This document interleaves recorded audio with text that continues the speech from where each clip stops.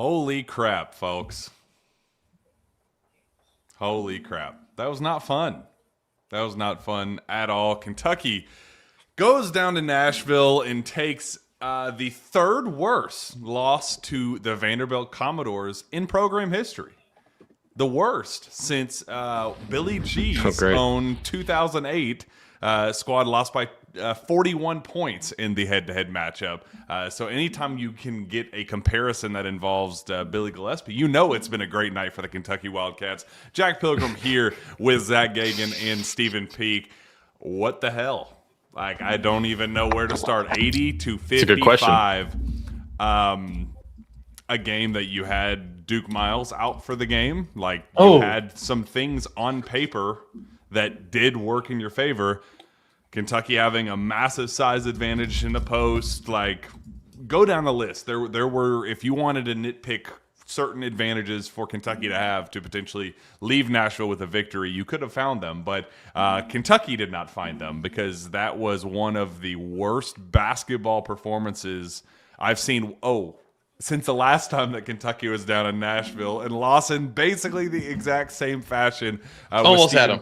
Steven Peake and I down there. So fun times. Jack Pilgrim, Zack Geoghegan, and Steven Peake. We're waiting. Tyler Thompson is down there currently talking to Pope and the players and at the Vanderbilt press conference. So she'll jump in whenever she wraps that up. So until then, Zachary, how you feeling, bud? Well, my headphones were not working for like the last 60 seconds, so I don't know what you all were just saying. I was yapping, and just nonsense. How am I feeling, Jack? Yeah. I feel like the Gonzaga loss. So I don't know. It's obviously not a good thing, but that was kind of a hopeless feeling after that loss, and that's kind of where I'm at right now. It just feels a little hopeless, even though Kentucky's coming off a 5-game win streak and things were at least kind of trending in the right direction, it felt like. And then you come into this one where they didn't lead for a single second and got manhandled in pretty much every major category. And the things that we thought Kentucky would have the advantage at, like size and, being able to force turnovers, things like, none of those things happened. Tyler Tanner just kind of picked Kentucky apart. From the very opening tip, they were letting Tyler Nickel get wide open threes and everything. And man, it was about as brutal of a game as we've seen since that Gonzaga loss. Kentucky's the best second half team in the SEC, but that doesn't really matter when you're down 20 points going into halftime. So, I'm just feeling a little down right now after all that.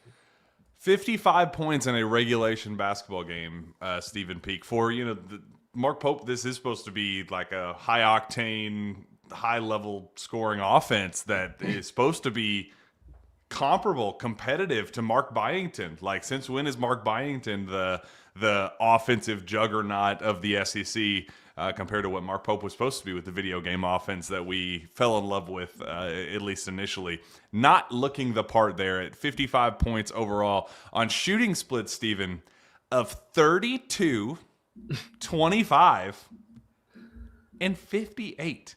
They went 11 of 19 from the line. So it wasn't even like shots weren't falling, but at least we made up for it at the line. No, they just stunk at all three phases. The Noah Arc system, though, is that they're still using it? Does it work? This is a terrible endorsement that. Trent Noah's Arc went 1 for 5 tonight. Man, it's good. I don't think that's very good. And I mean, like, the offense was bad. I really struggled to force myself through that game, honestly. Like, it was a really, really tough watch. I did like the play where Mo Diabate took it one-on-one and threw up a shot behind the backboard. I thought that was it. I think that's the video game offense that we were looking for. Saw that in NBA Jam, I think, once, so that's pretty cool. I think that one was Call of Duty. But we needed a few hot spots out there on the floor if we were going to try to come back in this one. But, I found myself today really not getting too up for this game because I kind of felt like I knew how it was going to go. I was surprised the line got down to 5. And that kind of shows where we are. I mean, what do you do? I mean, this team already I didn't think was, like, ready to go win a national title. But when you add on 9 injuries to 9 different players, I mean, they're just not good. Like, it is what it is. I just don't Like, I don't know what our expectations need to be. I think it needs to be, can they somehow put together 3 more wins and try to make the tournament, maybe win an SEC tournament game that gets you to, I guess, a total of 9 SEC wins. And then can that get you in the NCAA tournament? Kentucky versus Louisville and Dayton. Probably. Make it happen. The biggest first 4 game in history. I can't wait. Yeah, TBT vibes on that one. Yeah, Steven. Oh, yes, TBT is coming up. You did have me cackling when you said that we're built for June, baby. TBT right around the corner. God, man, we are Charlie Brown as a fan base. Just like, man, we're just sprinting at that ball, going, "Oh, baby, I am punting this bastard. It is going to Mars, man." And then there's the product, Lucy, just picking the football up and letting us fall on our ass again.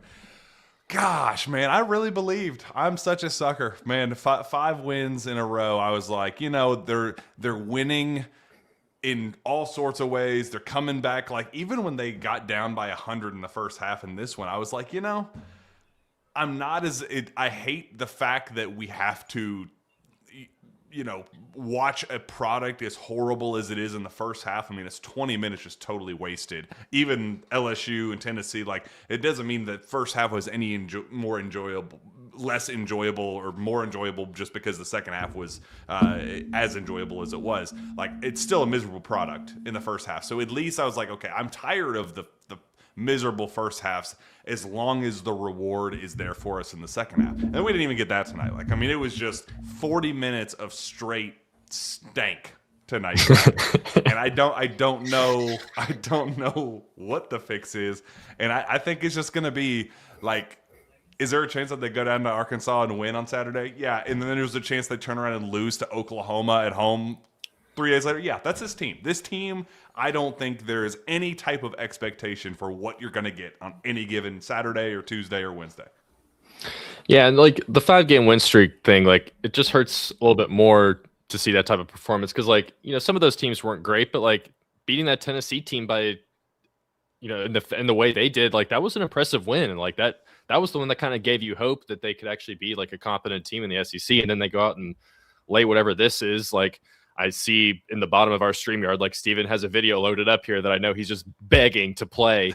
If you want to, we'll get to it in a second. But I think the real thing that sums up the season, and a lot of people have talked about it on Twitter already, is the Ortega, Owe, and Malachi Moreno not understanding how an inbounds play works after a made basket. It's just like, man, like, Ortega's he's a good basketball player, man. He had 20 points again, like he always does.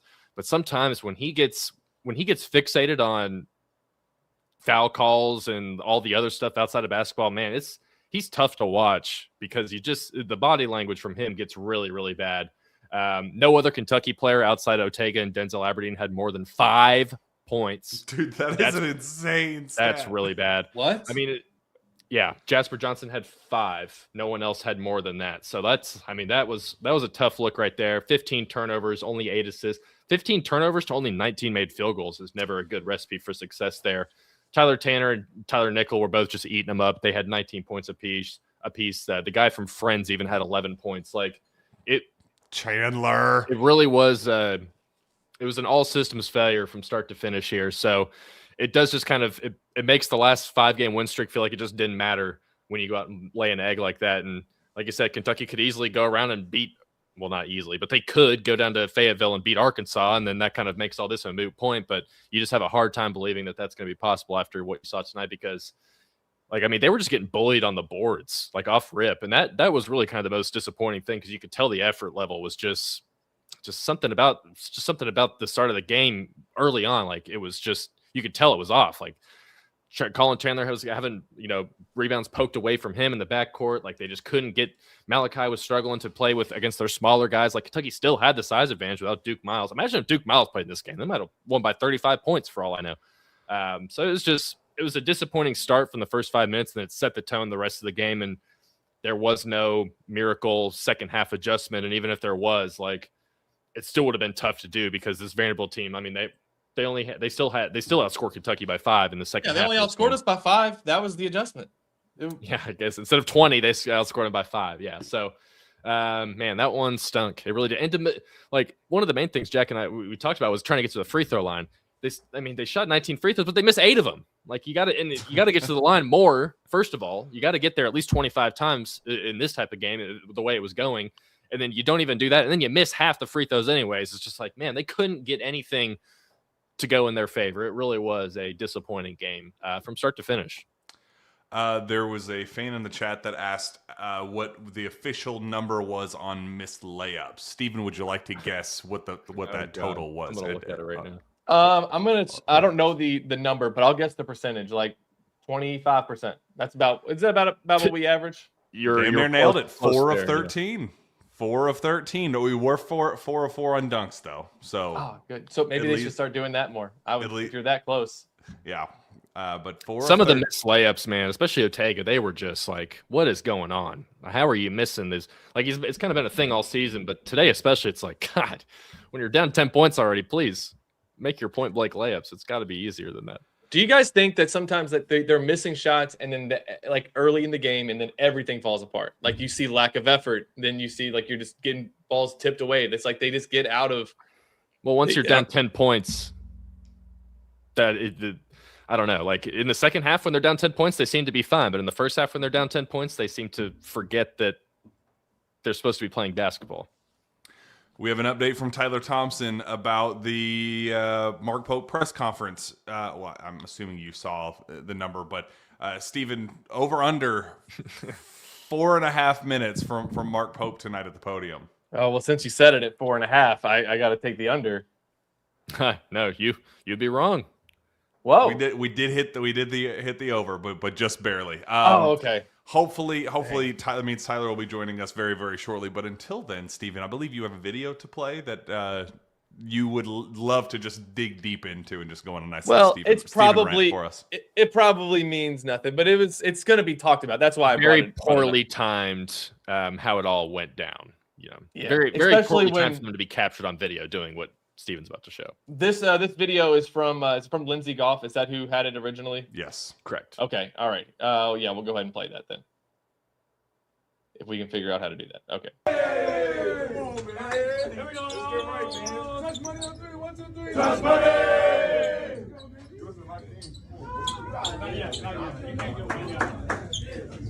I love this team. So for the next hour, Steven has been saying cash money at the top of his lungs. Cash money. I love it. Which, yeah, not a good look.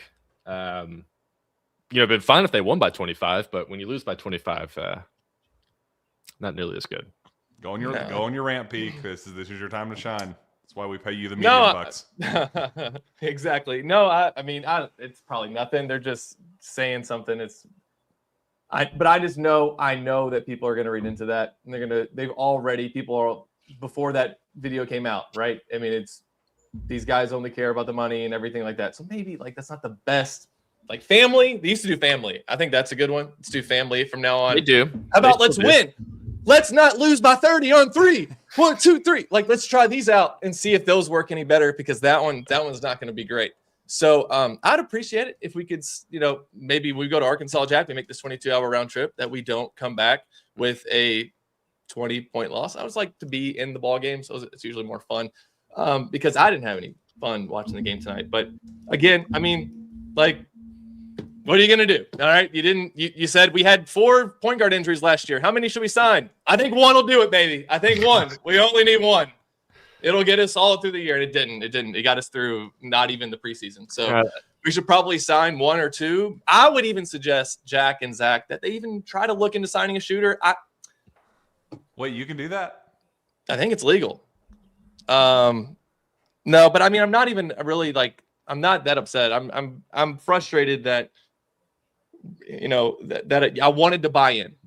If they won this game, I was going to be like, all right, let's do this. Let's go. Shorten rotation. This might work. And tonight I was like, oh shit, they just beat up on not very good teams. Like they beat Tennessee. That was impressive. But everybody else, they could, seriously, we are a couple buckets away from 1-7 in the SEC. I mean, yeah, but I'm not. We're also a couple buckets from 16-5. We're also a couple buckets from 16-5. If they would have held on to beat Missouri and UNC tonight away from. We were right there. Does that count? Can we play that game with this one? I think that man, I just didn't get like. I think some of those early losses, especially Gonzaga, where you feel the need to berate this team for just how angry you are and calling them gutless and heartless, and I hate watching them play basketball. Like, this one hit differently in a way of just like, yeah, I hate that this is just kind of the norm now. Like, you don't feel that same oomph toward it. You just like, well, I guess we'll just see if we can regroup and not do as poorly 3 days from now down in Fayetteville. And I hate that that level of apathy and just the sense of like, the passion that I had for this team, for good and bad. I mean, the St. John's and like the equal level of high, like just that middle ground of, you can't really hurt what's broken anymore. It just sucks. I hate being in that territory because like this team has a ton of pieces, even as depth has taken a hit. Like there's still enough there to, on paper, put together a run. And you think like when you win 5 straight, like, okay, here's what it's supposed to look like.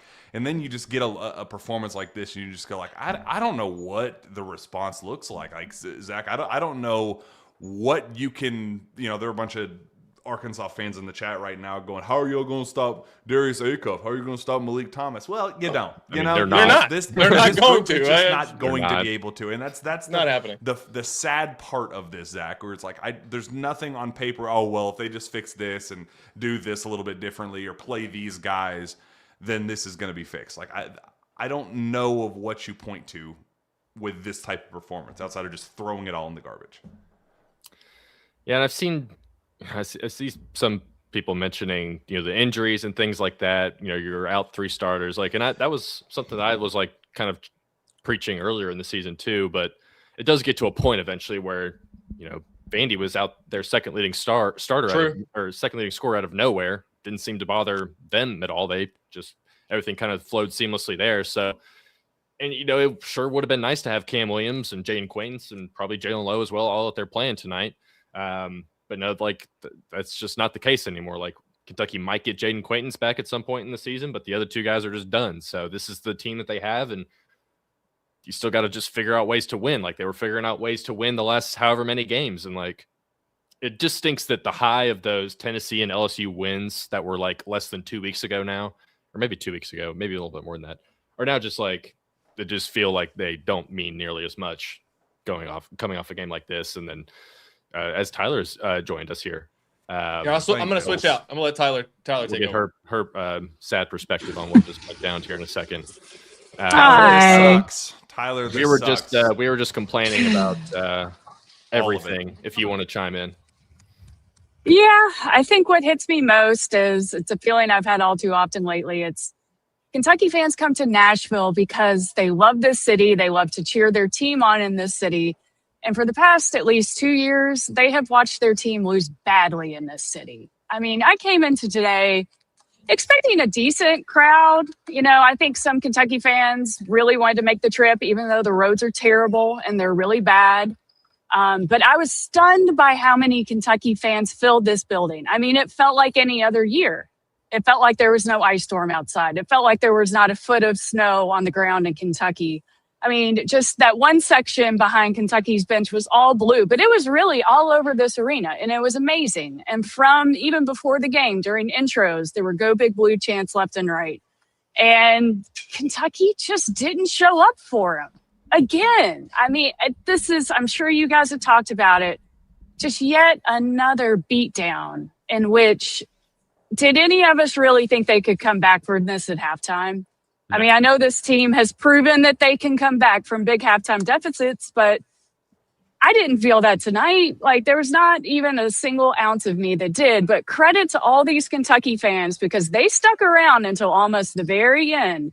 I don't know if it's because they knew they shouldn't rush to get back on the roads because they're bad, or if they just wanted to get every cent out of the ticket that they bought off of a Vandy fan who didn't come. But they sat in their seats until almost the very end. And one of them was Alex Poitras.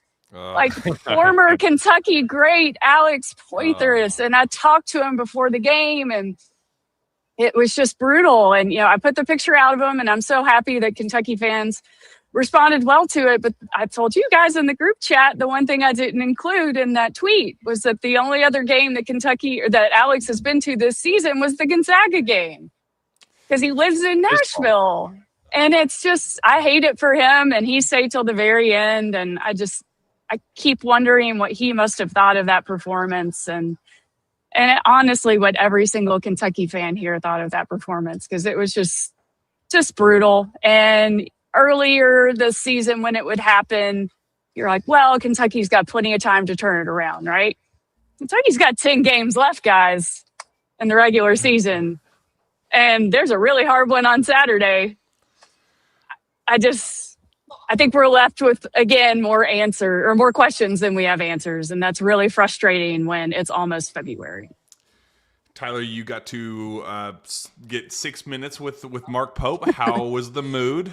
Was he more upbeat? Did we get any answers to those questions that we have? Not exactly. He wasn't as depressed as we've seen him in past press conferences like this. It's not to say that he was upbeat at all, but he spoke calmly, and Ortega was in there with him, and Denzel. I think they each answered one or two questions, and they said all the right things. We're going to come back from this, and we're going to move on to the next game, etc. Pope said this was a disastrous performance, just all around. There's no other way to put it. Disastrous. Vandy was, they had more intensity right from the jump. They hit Kentucky in the mouth, and Kentucky never responded. I thought it was really interesting in Vanderbilt's press conferences. I think it was Tyler Tanner who said he was asked what they focused on with Kentucky and the scout. And he said that Mark Byington and Vandy staff said, focus on physicality and rebounding, that Kentucky is weak on that inside. And that's kind of interesting because that's considered one of Vandy's weaknesses. They're ranked 13th in the SEC in rebounds. And I think it's either 13th or 15th. It might be 15th. But they came out and just exposed Kentucky on the inside. We talked all about the Vanderbilt's backcourt and how good they are. And they were down one of their guards today, Duke Miles. And you were like, oh, that's great. Kentucky can own that, position matchup. No, but there was just nothing on the inside. I'm sure you guys have talked about it. It feels like we're back to square one with what is this team's identity? Is it just Ortega Owe flying at the basket and trying to take over the game again? I don't know. Or Denzel Aberdeen, or it is your turn to now try to go play hero ball and fix all of our problems. Okay, now it's your turn. What is there a glimmer of hope? Is there something that you can look toward going into that Fayetteville trip to say, okay, let's just throw this game in the garbage and go pull off the unimaginable? I'm glad that they pulled off the comeback against Oklahoma, because I don't think a hungry Arkansas team that would have gone any better. I think that would have been a disaster scenario for Kentucky going down to that one. But is there anything that you saw tonight that would suggest that they could fix what happened tonight on short order? Yeah. I don't think there's anything I saw tonight, but I think just the fact that Kentucky has lost this badly before and they've come back and won big. That's true. I actually asked Pope that. I said, is there any comfort that you can take in the fact that you guys have lost big before this season, 3 or 4 times, but you've still managed to turn around? You were still managed to put together a 5-game winning streak in the SEC. And he said, yeah, there is some comfort in that, but he's not taking any silver linings today. So at least he wasn't going for the silver linings stuff. But wouldn't it be, I'm not ready to get there yet, and I'm probably not going to be ready to get there, but wouldn't it be the funniest thing if Kentucky beat Arkansas on Saturday? Wouldn't it just be the way? Right. It would just be the most this Kentucky team thing ever. But we'll see. Tonight definitely makes me feel very, very pessimistic about this group. And granted, they have gotten off the mat before and rallied, but this was just really disheartening. I mean, kudos to Vanderbilt. Great coaching job. They have great players. They're really fun to watch. Mark Byington, I'm sure I think they showed it on TV. He's been sleeping in his office at the practice facility because he doesn't have power. He had a great line. He said they dedicated this performance to the city of Nashville, which is trying to deal with the ice storm, and they really wanted to put on a good show, and they certainly did. The Vandy fans that did come had a great time, and he made everybody laugh when he said, I know that the people wearing blue didn't have a good time, but they can go down to Broadway and get drunk. So it's like they are. So yeah, they will drink their pain away. We do, unfortunately, fortunately, because we do love our friends at Parlor Pizza, Kentucky Minute I've showed up, but Parlor always shows up for us. But we do have to pick a player of the game, a Parlor Pizza player of the game. So that's easier said than done, but I'm going to lean on both of you guys. You both have to pick one. We can't just go with Ortega. Would it have to be a Kentucky player? It is, as long as there is a Parlor Pizza player of the game, that is totally your call. So, who you got for us? I mean, you go ahead, Zach. No, you go. I'll take the scraps. I do think it was interesting. I won't pick Oweh because he's the obvious pick if there is one for Kentucky. Byington said that their objective was they knew it was going to be hard to keep Oweh from scoring 20. And then when he was 3 of 11 in the first half, they talked about that in the locker room. Like, you can't let him get hot. And the one thing that they were disappointed about tonight was that in the second half, Oweh got as many points as he did. So that's the one thing that the Vanderbilt thought went badly for them tonight. I'll just pick Alex Poythress because it was really good to see him. Hey, I like that one. There we go. And I feel bad that he had to watch that. So, yeah. Shout out to Alex. We love you. He can be our Parlor Pizza player of the game for eternity. Every single game forever can be the Alex Poythress player of the game, Zach. But you don't get an answer like that. You have to actually pick. You don't get the cop out. You have to pick something from the actual on-court product. I'm staring at the stat broadcast box score here, and at least from the numbers, I mean, Ortega's box score looks fine, except for that -20 over there in the far right category. But Denzel's 15 points. No one else had more than 5. I mean, I don't know. Jack Pilgrim, you're my player of the game, buddy. I love you. Dude, there isn't one obvious. I mean, just the Ortega's in a Denzel stats just feel empty, at this point. Yeah.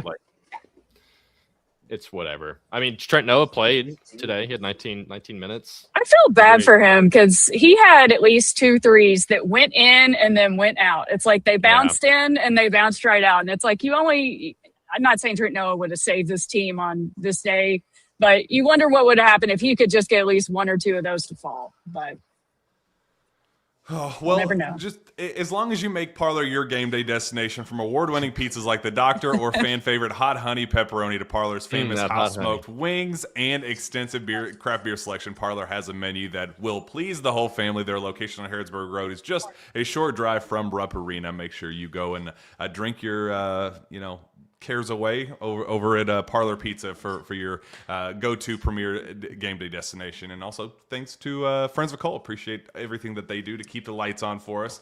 As always, for being such a great partner with us on these rapid reactions. Appreciate each and every one of them. Appreciate each and every one of you for tuning in on this late night edition. I'm sorry that the product stinks. I wish it would be better. I wish we could celebrate something, but hopefully it gets better and they go down to Fayetteville and pull off the unimaginable. But for Jack, for Steven behind the camera, who started on camera and is now behind the camera, for Zach, and then for Tyler Thompson. Appreciate you holding down the fort in Nashville. And, that would have been a very, very miserable, icy drive coming home especially. So thank you for doing that, by the way, Tyler.